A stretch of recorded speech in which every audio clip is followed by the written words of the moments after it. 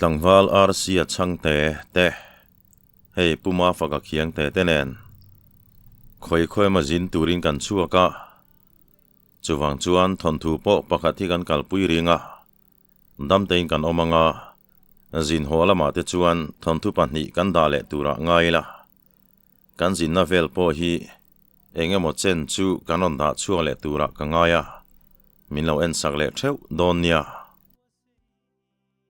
valupa buk thangale apasal tha te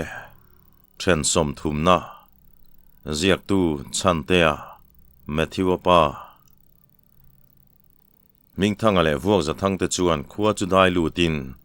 alo la ang te chuan an lo en du viau maya chu mi te pahni mel le pian zia chu an ma nia an mi khuwa lo moka an lo mel ngam trok ani lal in lama mek te point rang tak chuan lo muin an silai nen leika puilam chu rang takin ron chuang chuaka upamang bil le lalnu po chu trida karon pen chuakin lalin lampana ron kalmek ten an thlir chia chu an vameng phok te rengem lalnu chuan upamang bil chuan enin a khur ngot maya upamang bil po chuan tong zayan cha mai dan tu shelovin amitlo din top mai ni an lampana local mek te chu tu tengen ni a chiang viau maya ma se lusei pasal tharo thap chuan engwanga asam chu achi pa zial nge ni a shelawani ming thanga chuan lalnu le upamang bil te chu a hun man au chual hau zet chuan om zenei tak hianan mela chuti lai chuan suak za thang chuan treng per chezet hian nangni pani kha khati lai khan ding ro atu khotui tlan ngai ni aeng duin nge mo helai hianin local le tin silai chu atin mar at maya vo za thang chuan akut chuan phar chuakin zangai teu keini hi fasum khuwa kan nia triaului kam hru ta kan ram chuak hian aram chin kan bowa hei he khuai kan ron lu top mai ni han tin an ke pen chun thul du hau lo maya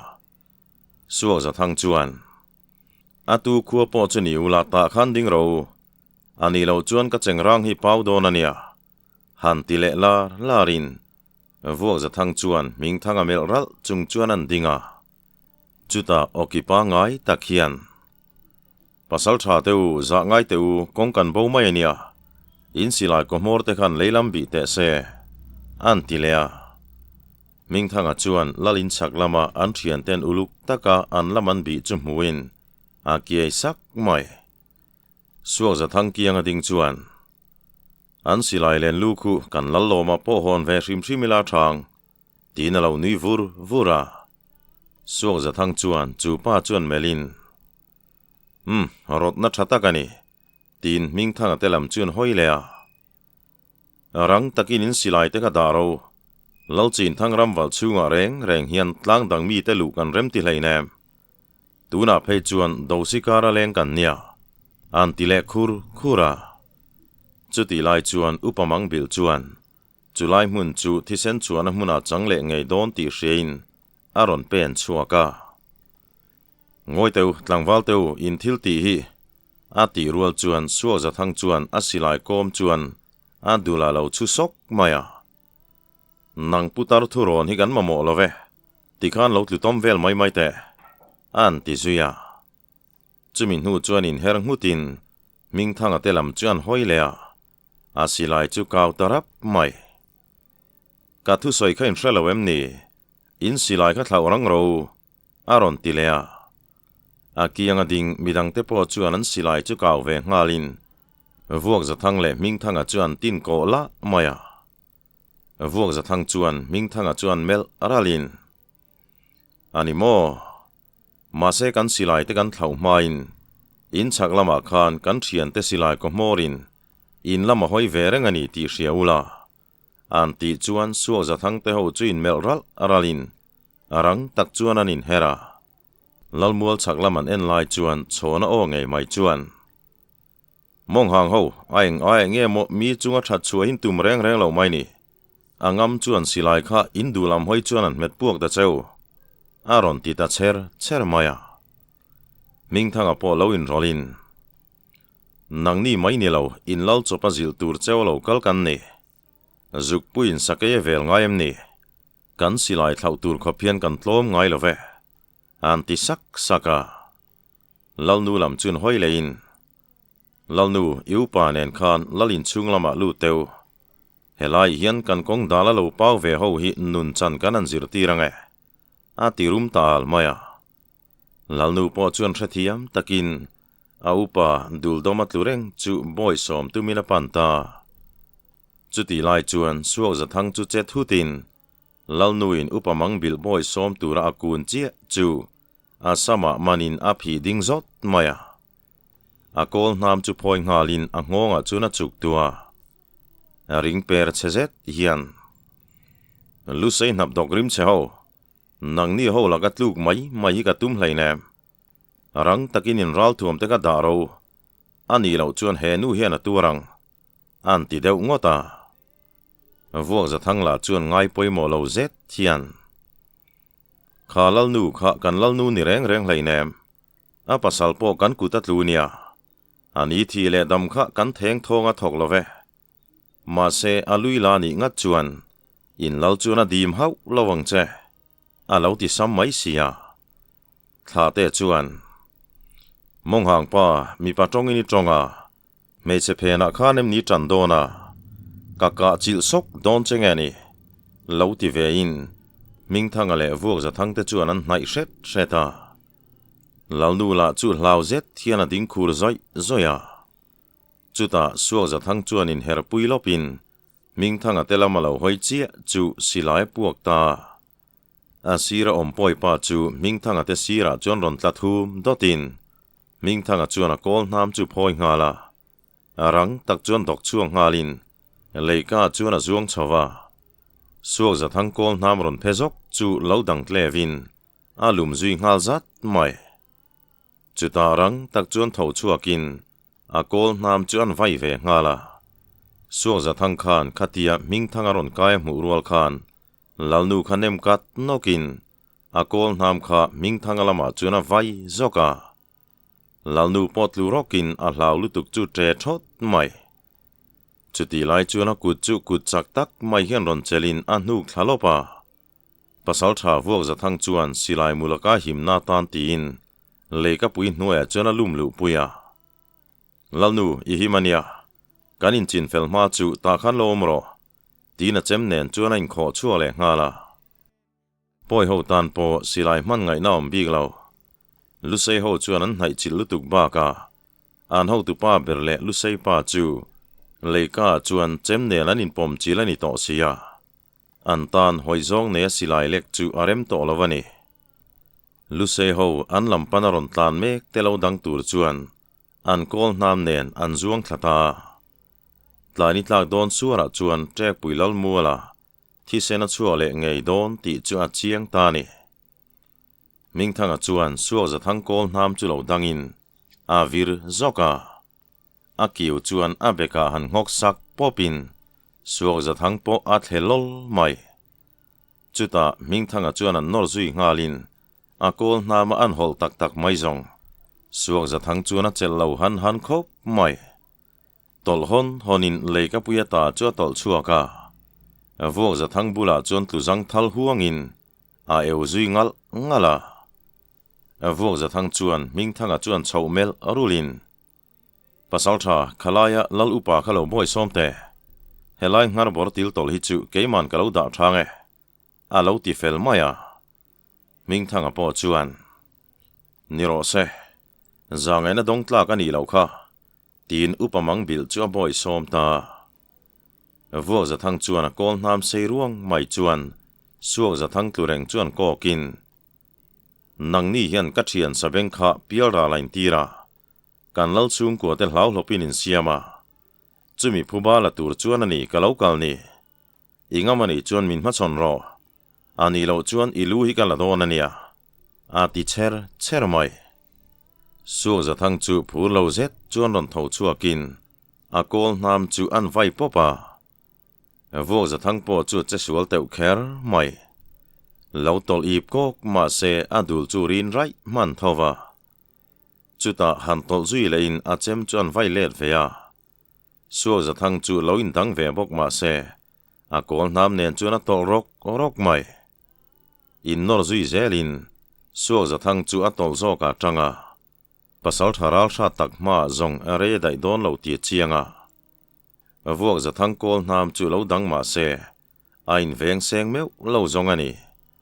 atan chuan hol let na hun rem chang reng om thei bok si lawa vuak za thang chuan ding datin a kol nam chu an pot leta chuta akub leisira ta thing thin an vai let le ngal zoka chu zet chu alo in dang seng talo a chon tha churan por chuak tuamin a thing thin hok maya vuak za thang chuan a kol nam chuan thai son zeu pa hian pial rala ka sal niang che an ti hul haka chumin hu chuan tim na nei hlek lo chuan a chem chuan vai ta le suak za thang lu chu sang nol mai at lu khur chara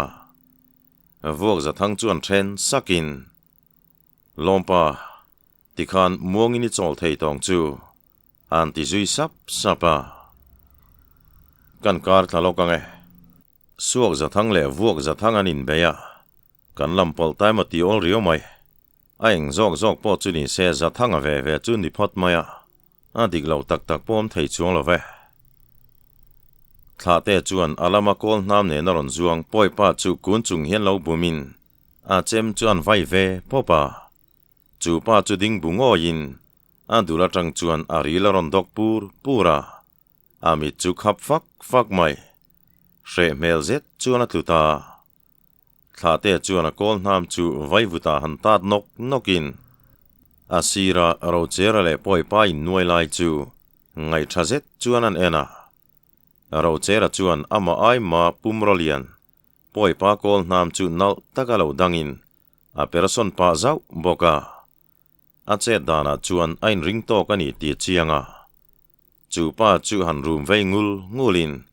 a king pui pa tuan thalutuk chuan a thina ti ur zuale mati turani a kol nam vai thon na sawang chuan an rum ngutin ro chera lo person nalama chuan anin hervei vuda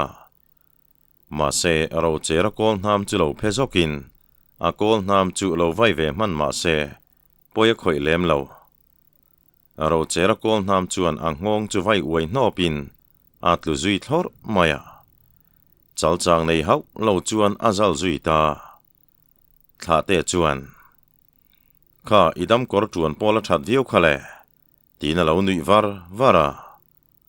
ro chera chuan khisukin van nei kan lamal tang zel chu ni hi alo ti maya thla te nen chuan in thuro lang hrimin chhona lam chun hoi ngala chhona chuan a king pui pa chu lo chhai chaw toin alo hol thi seu so to mai ne zet chuan a kol nam chuan an hol tonin chu pa chu chaw zet thian alo lain dang ve shama ni chhona teng ral thar le in mal bei thiam lutuk ma zong dol zorina zorani ber maya ming thanga chuan leika tang chuan lo aw lungin thian pa kha pa ka chunun ri teo engemaw zo ka dunia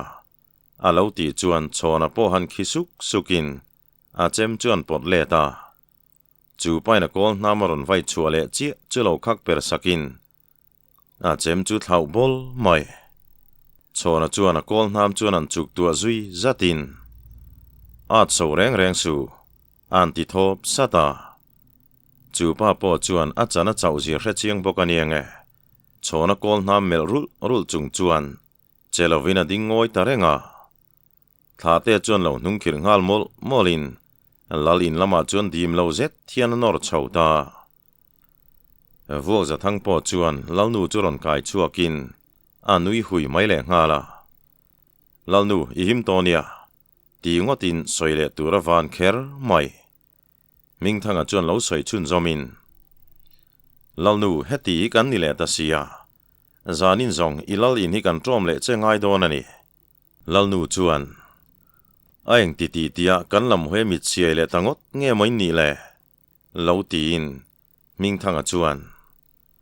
soi tur tam taka omani ma se na kin lama kan soi don nia hei hanin seng fel phot maila an ti chuan mi ruang te chu nu khomin trial lui lam khan chikur mua lam pan na lungkel ha kha ma chuan ram hnuai pasal tha te kam ramatan an the liam ta an ral thuam te chun khom le ngalin trek pui ho chuan tri po tingam lo hian an lo ui pui tui lian thir ve ngot maya zan ria te chu lal ina chuan an relin ming thanga le chona te chuan lal nu le upamang bil te chu thilom zian han rila July an ramwal chungan dailu le dan te an mabak la om te chuan soi zungin lal nu chuan mit meng hnuai rai hian lusei pasal tha teu in do na hian eng tika nge min kian sanang le aron ti chi alaina tom kher mai chona chuan I pasala pa le tlangwal te kan tuk tlom hun hi min kian san hun tur chu ni mai duam na le chapo nei nan mi ta ti dela muang le leng za tur hi kan in mu le ara kan poen soiman hi atam lutuk to ni chu wangin kan tuk tlom vek ma chuan kan top san don lo nang ni lam thua zong kan poin soi ni lova kan tanan hok sagain om te ni ngot lo chuan in laka hriam le kan tum lo an ti dap chuan lalnu po chuan hriat thiam mel takhian alu lo bu ngata kapasala pa te ma ni sela keini be chana che tan lak du dan zong te an ni wanga kan tor na le thi sen luan na wang hian zangai na dong tla kan nin ka hrelo alo ti ve le a ro chera chuan engpo ni se zanria ten barila khu kan mi man po khu thu zot vela thange an ti hluk chuan zanria bar turin an in buat saita zanria te nei khamfel chuan chhona nun tak chu lal ina aro chera chuan an hnuk lutin chu pala chu meng phar on maya chung lusei pasal tha te laka chuan zangai na be sei chia angai bik lawani ani renga an nun chan hi thu zo fiatan an du wang lek chawania alaka chuan an duan muemo mulawemo a chan chu engma lem chuang hau lawang le thla te chuan mei chuan tual bel sau savin chu pa chun thut kwal ta thap mai ming thanga chuan khaile thu kan zo don chea thatakin min chang che eng ti turin nge trek pui leilung hin ron ra le han ti tongin vo za thang chuan zona kha thatakin chang ro ani lo chuan hreomi tuarei mai don ania alo tia chu pa chuan lusei pasal tha te chun en kualin shok bokal rul chuan achilan lema chuta an chin zong an lal thuanga an pasal tha liang khanina tir dan te trek pui le vuak du na anin sem dar dan te vuak dun lama mi la om zat te nen lam chuan a soita chona chuan kiai sukin hei no pang thuai ang mai ni hi le alo tia chuta ming thanga bok churon tong chuak lein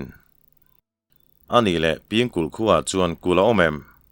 tlangwalin zan nge la om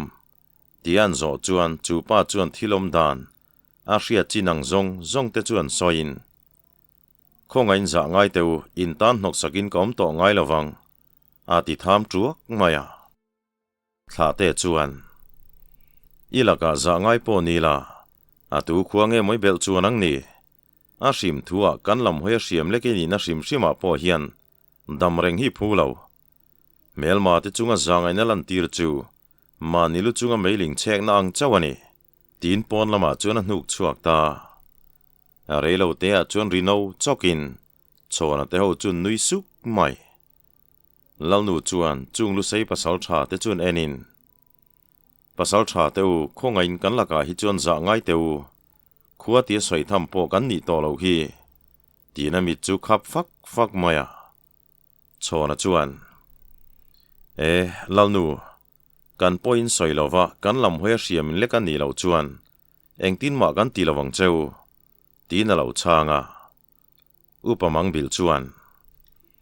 eng tik khotika nang ni do tura erle tur po kanom lo hi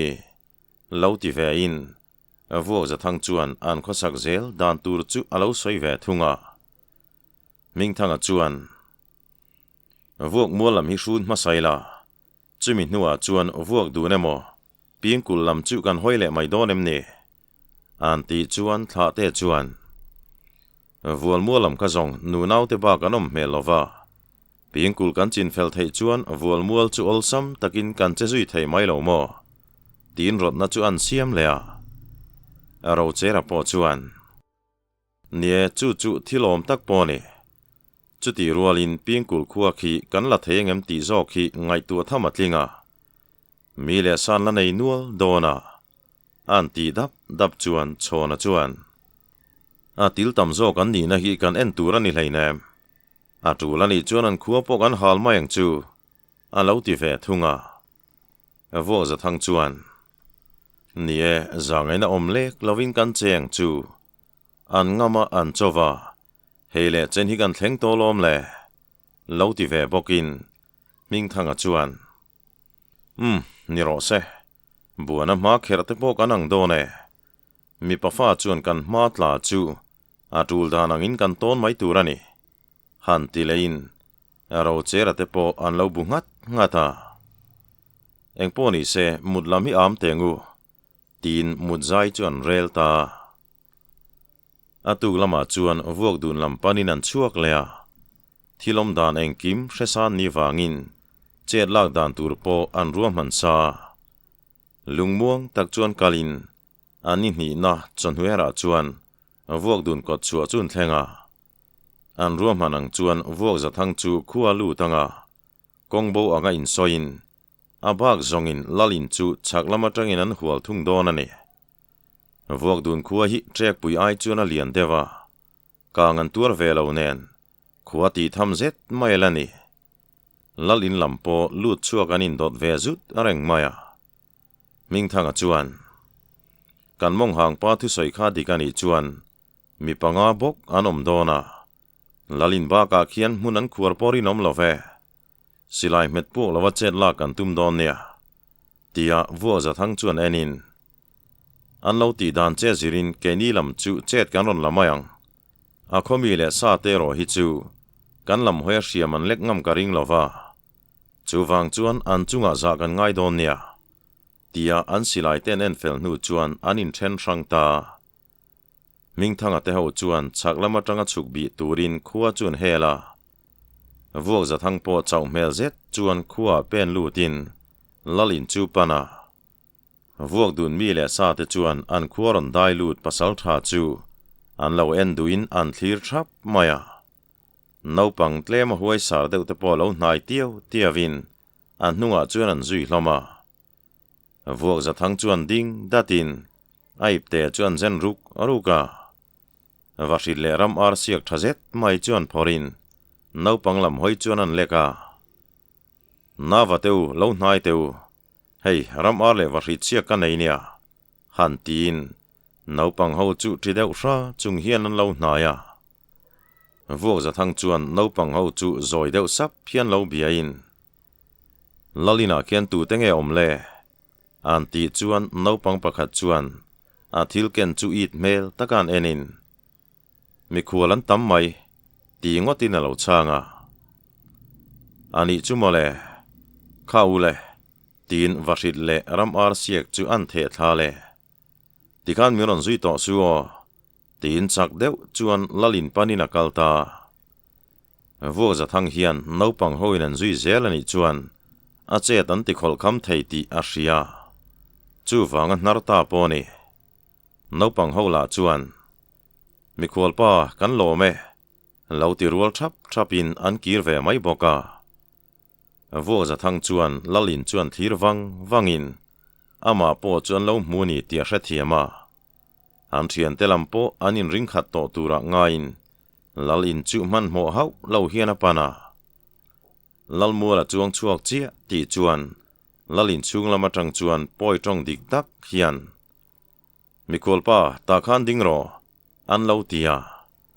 chumi rual chuan lalin kongka churanin hongin poi pakhat mai tluak thazet mai hi silai tin ko chung chuan ron pen chuaka an hnunga chuan midang pahnih ron chuak ve lein leika chuan mi pahnih nom sa boka vuak za thang chuan kiai sukin mi panga chia an ni ti chu a hre chianga lalin chung lamai ro chuan oman la om ti ro chu chiang thova ma se lalnu le upa ten ni nge ring ve mi mai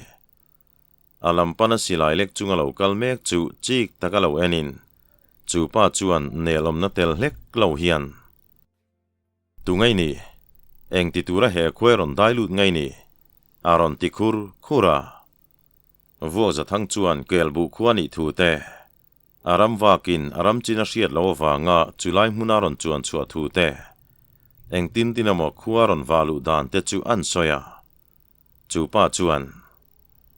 helai khu le che vel reng hi lalchin thangop khuania tuna hian leido nei me kan ni boka chu wangin lalchin thangram op chunga hian mel danglam le chin hria lo te reng hi anom kan rem ti lo nang po he khu tang hian chuang man mola chu I him na ni mai a lo ti khura vô za thang chuan chu pa chu chiang zet thian an enin ngoi te hei ka cha win ka pum la hi ruak viau mai sia in choning noi talpo a ti rual chuan chu pa chuan lo pot chatin a silai ngul chuan ti che zawa ka thu soi kha thu top chu ni mai e ilu ka thlo dar vek ma hian rang takin let ro ti chuan I silai kha thaula he khoi chu san rang mai ro chu ti ni lo chuan a ti man chi ti chuan an chak lama tang chuan silai thau tur zok chu nangma ni khai ni angam fa chuan in kun mor po khan che teu lu he khuamin kan kap don chewania kan silai ngul te hian in laman hoye tuna rang takin in silai kha thau ro aron tile tamaya chulai hmuna lusei ophoi dik tak mai anan hria chu an va phu chiang te rengem leika om pakhat zok chu asilai nen chuan in hermopin rolo chuan alama asilai le ko chia ti chuan silai ron puak toi tak mai chu pa chu hlom nokin pasal tharo chera o ngei mai chuan kan silai ko morin in lama hoiti mol mola che tho du dang in lomem an ti zui thata chu ti lai chuan vô za thang chuan asilai chu rang takalek chuakin akaw ngala ama vautu chala tak chuan silai ngul chuan an nor chil arapin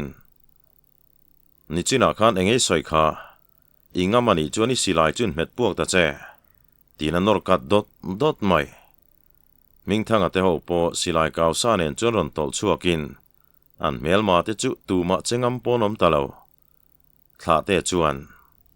khaile in silai te ka thlau ro le kan thuang en om lo ani chuan pial ralin kai ni mai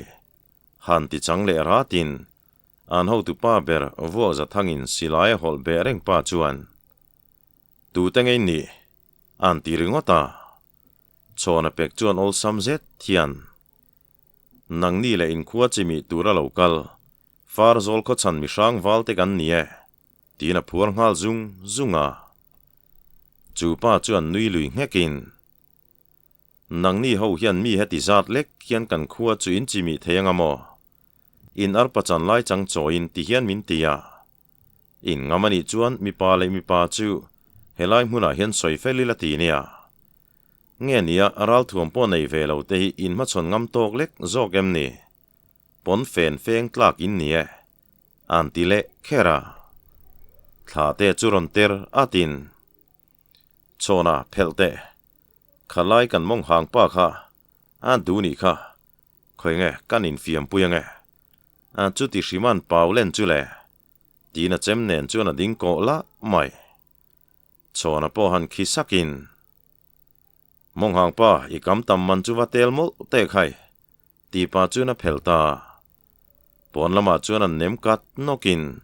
akol nam chu an the thak sak zuya kha imami kha lusei pasal tha nia ingam chen angamang ti pa chu na tol kiang ta chu pa po chuan alo tong lak lo to ba ka atan kong dang om chuang lo ti chu a hre chiang boka akol nam chu charin thla te chu ngoi reng chuan a ve ngala thla te la chuan mong hang pa kha ikuta kha aral thuami kenga min beita che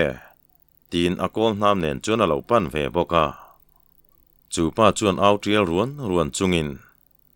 lusei nap dok pa thi son ro tin aron bo ta thut maya chu ti pa chuan a kol nam chuan vai popin a pumrua te chelo boka akut thlak pon a fu mai ma se thla te teng in malbe thiam lutuk mai chu ti mai an to fu ngot chi ni lo arang tak chuan lo personin chu pa kol nam chu lo buma chu mi rual chuan an vai let le zokin poi pa ban puam chu aron thi chuang hal sara chu mi nu chuan an ru ngutin thla te chu pan hnaya arang zet chuan a kol nam chuan vai le ta le thla te po lo kun dorin a hmalama chuan a in bin zuya aron tho chua le rual chuan a kol nam chuan vai popin chu pa chu lo tol dorin a ip ko ka ma se a him seng talo a dul vun chu in rin ruakin thi sen hiron chuang hal triama chu ta han tre thatin mule malpo nei vak lo hian thla te chu ron bo ta thla te chu lo tol hnung hretin a in her rema chu pa kol nam chu lo dang levin a vir pui mop mai chu ti pa chuan a kol nam chuan vai le tin chu zet zong a vai thlon lo chiang khop mai chu pa lu chu sang nolin a tlu nga la chu ti lai chuan chona sira poi pakhat an phuar hlom reng chu lo rak nokin a chilan chak phara kalom pa phuba chu kala molang lu sei son che ho thi vek ro a lo ti ta na chu ti pa chuan ta lain thla te chuan chona kha pa pokron chuate alung oi lo ani kha a duang thal chuan an che te se a lo ti le maya ma se ro che ra chu a ma tak chuan ron dingin ngoi te thla te nang chu lo chol to te he pa lu hi chu ke man kan khai ve nge aron ti ol sam maya chona po chuan phur zet thian chu pa chu phel nga la nui deuh sum chung hian rol changin tiliana mong hang ho hi in van duai don ani hi le an tingota ro chera lama chuan an nam phei dorin kol nam chu ambula the phei boka chu pa po chuan zimar arin zam lo ti hriat zet hian kol nam chuan chara ro chera nen chuan an in ve ta hriau mai chuta aro chera chu zuan tum ni om taka a kyar tui chuan kan ukin poi painarin lo nalama chuan a kol nam chuan vai thut mai le chu pa chu lo in ring man hek lo le thei to pa in dan tumin ain her ve man na a dar chu wai no mai aro chera chuan vir zokin an vai kul le popa e po ti man lo chuan chu poi pa lu chu sang nol mai ni atlu bok khup thlor boka aro chera chuan chu pa hnung zang chuan rapin i rolen ai duop chule midang kha in hriam lek ngamin lomem tin room zet chuan an mel kuala chuti lai chuan vuak dun lalnu chu lalkai trena chuan ron ding chuakin lusei pasal tha teu za ngai teu thisen a luang hnem tae khami te wanga ka khuaina torle dan tur hi min don pui ula za ngai shram ro khai ke ni ve zong khoilam hoi ma hriam choi thei po kan ni to lo hi aron ti ta chul maya ming thanga chuan lalnu zaom idin mun chu kan hrialom ma se min lo hre thiam te khai heng mi tlak tlai lo te hi aron pong non to lo tura siam hi an ngaya helai mun hi kan top na tura ni reng lo pingkul le vual mual te po kan chimi thak don ani a lo tia nang ni hi chu kan tan nok sagai nom te ni lo chuan in laka hriam le kan tum lo ma se kan kong dale ro chu kan vai kiangang tin aro chera le chona chu om zenei tak hian an mela an ni pahni po che zui ngalin aladam pahni telu chun la ngal nal mai vo za thang chuan chung lu sei mi hrang te chu makti mel zet thiana ena in landan hi in ni nani hau lo mai ka ti an tingota thla te chuan lalnu chuan enin itlang walte khan heng ho ruang hi lo seng hoi sela zanin zong min mi khwal mai niang chu an ti chuan vuak dun lalnu chuan chung pasal tharual te chu an en kual dana pasal tha teu za ngai lul to teu khai han ti le in chaw na chuan lalnu nang lei khua te a hian hriam lek kan tum lo kan kong dalain omani ngot lo chuan in tan har sat na siam kan tum lo ve tin lalin chung lama chuan an in zui lu ta zan ria ten bar kham chuan tle min vuak dun lalnu le upa te po an ngai ngam ta dewani ange an zinga om lu sei pasal tha te chu zo nan zo ta aeng ti ti tia kan ramwal ron dai lut le nge moi ni le tri deuh dak chuan an tin thla te chuan thilom dan zong zong an kal chan le anom zel dan tur te chu an soya upa pakhat chuan nang ni holek hian pingkul chu lu chua theinin ringamo an ti chuan aro chera chuan kan tu mang chu kan nun na hialin tur don ma se kan lu chua nge yang alo ti maya lau nu chuan ani le lo lu chua thei ta po ni ula ke ni hi eng tia ti nge min tum an ti le chuan chaw na chuan lau nu ka soi to khamole kan point soi lova kan huang in ne ke mo kan kong dalain omani lem lo chuan ke ni chuan in laka hriam lek kan tum lo a ti le maya lau nu chuan a that chu ke ni zong khoilam hoi ma hriam lek thei po kan ni to lo hi za ngai teu khai an ti le a mela chuan a bei dong ve hle tia chiang ani ming thanga chuan eng po ni se maba kan langa sia I mu phot mai tengu tinan zi uana atu zinga chuan pingkul lampan turin anin ak chuaka kongchin le ramchin te chuin hril thuakin vuak dun chu an chua san le ta atua ma hi pingkul chin la hrelo le la dai thleng lo vek mai nia amualin kho dan zui chuan an kal top mai don ani pingkul hi vuak dun atang chuan chak thapa ngai tan ni hni kal vel ania an ni ramchin hrelo tan phei chuan chu ai rei po chuni ma na chuta chona chuan thutak deuh hian trek puile vuak dun chinan mu meu chuan in do na hian ra tha chua lo ti chiang mangai chuti ni rualin kan dam ko chua nan te kan him na tan te ral thuam kan lekhi atul thin sia nu nau poi se lo te hian an tur berzel chu ni e an ti le chara vuak za thang chuan ani ngota sin ma se he seifa te khovela hi chuan hriam choya kan dam ko chua na kan be hi atul sia lo ti ve charin aro chera la chon nui deuh sum chung hian in dona tamlu tu gani kha kan ti nek neganga fel le duak mayang a hrim thua heng tioral poi ho nen hian tharum tel lo hian pi pu chena rem thu kan soi hlei thelo chu ni hi a lo ti maya ming thang helai lui te kam hi aramarem em hi mo aria bu ki sual tengu khatia ui zonang vuta kal ngot mai zong voina ban tu la kan ni lo an ti zom zat ta ka chuan ming thang a po chuan niang miang aria bu sa tur pel nan po that om hi le a lo ti vele maya heti lai hian pingkul lampo an la le pasal tha liang khan ruam han na nga trek puile vuak dun lama chin biakal te chin chulo ngai changin lal ina chuan an om thap maya an bei seng chuan chumini tlai lama chuan aron le dan ring toa ma se zanria kil hun thleng po chuan an thom ri wa reng hriat tur om ta silo aruk tak chuan an ngai chu tha to lo dewa lalchin thang chuan pasal tha liang khan hena chuan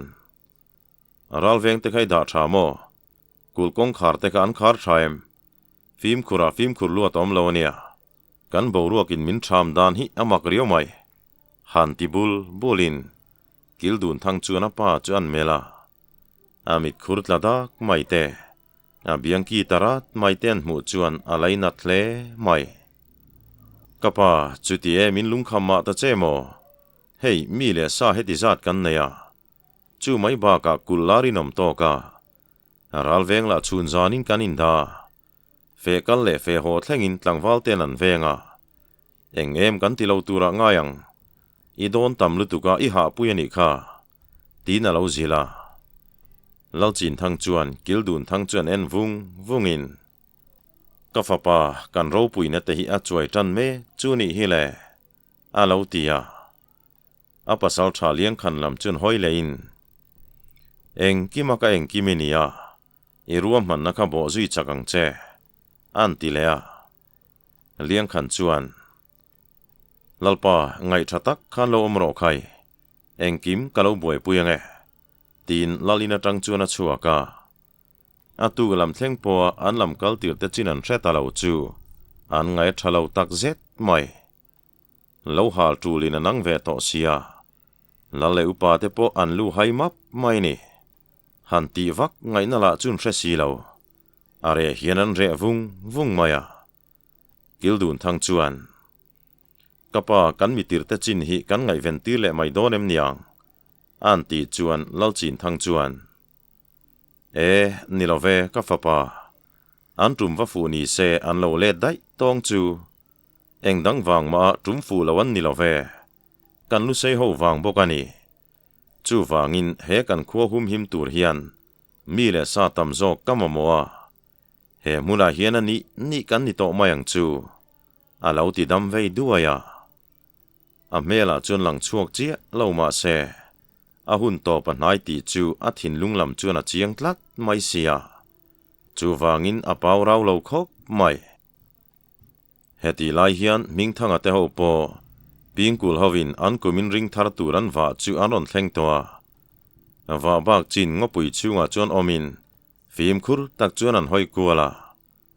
mi hring mele ri wa reng hria turam lo ming thanga chuan eng poni se cho fa kila kanom zel dan turi rel tengu khuwa hi hla to vak lovin karinga